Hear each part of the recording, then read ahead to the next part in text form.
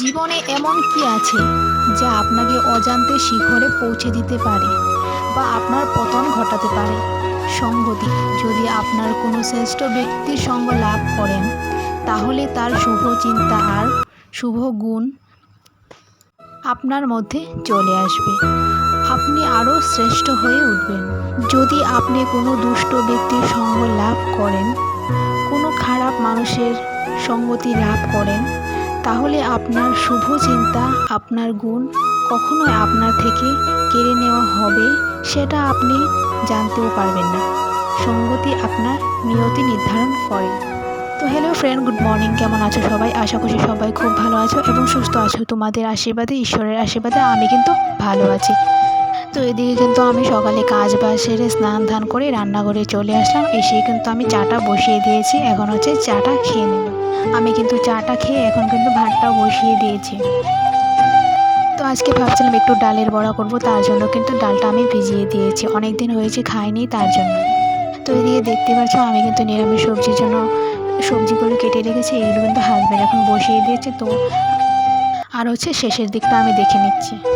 তো আমার সবজিটা প্রায় হয়ে গেছে, কিন্তু আর একটু হলেই আমি নামিয়ে নেব সবজিটা। তো দেখতে পাচ্ছ আমার কিন্তু সবজিটা রেডি হয়ে গেছে। সব কিছু দিয়ে একটা নিরামিষ সবজি, আর আমাদের ঘরে কিন্তু প্রায় সময়টা নিরামিষে চলে। আর এদিকে হচ্ছে ডালের বড়া বানাবো। কড়াইতে তেল দিয়ে দিয়েছি, এখন ডালের বড়াগুলি দিয়ে দিচ্ছি।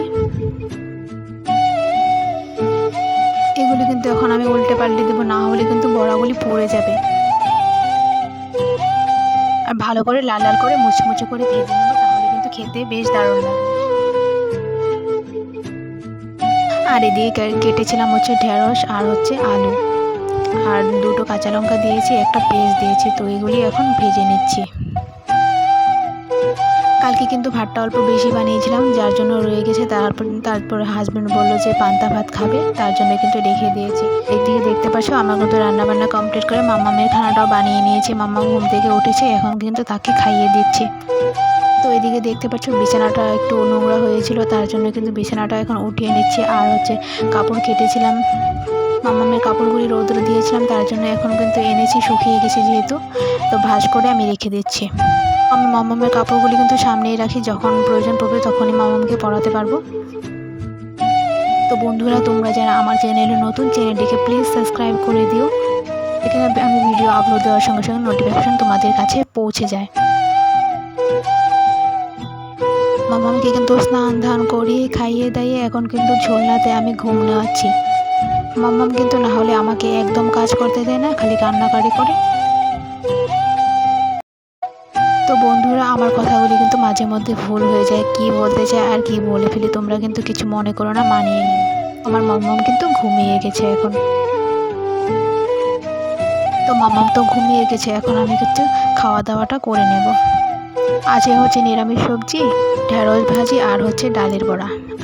তারপর আমি একটু রেস্ট করেছিলাম, তারপর মাম্মাম কিন্তু অনেকটা টাইমে ঘুমিয়েছিল, তারপর কিন্তু এখন উঠে গেছে।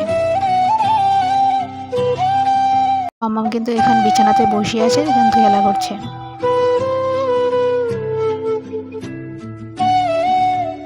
ভাবলাম মাম্মামকে নিয়ে একটু বাইরে বেরোনো যাক। মাম্মামকে নিয়ে এখন দেখো বাইরে বেরিয়ে গেছি একটু ঘোরাঘুরি করতে। ওই আর কি আমাদের রাস্তায় নিয়ে বেরিয়েছিলাম মাম্মামকে। এই যে দেখতে পাচ্ছ আমি আর আমার মাম্মাম। আমাদের উঠোনে কিন্তু প্রচুর জঙ্গল হয়েছিল, এখন কিন্তু গামলা লাগিয়ে কাজগুলি করে নেওয়া হচ্ছে। তো বন্ধুরা, ভিডিওটা আজকের মতন এখানে চলে আসি নেক্সট ভিডিওতে।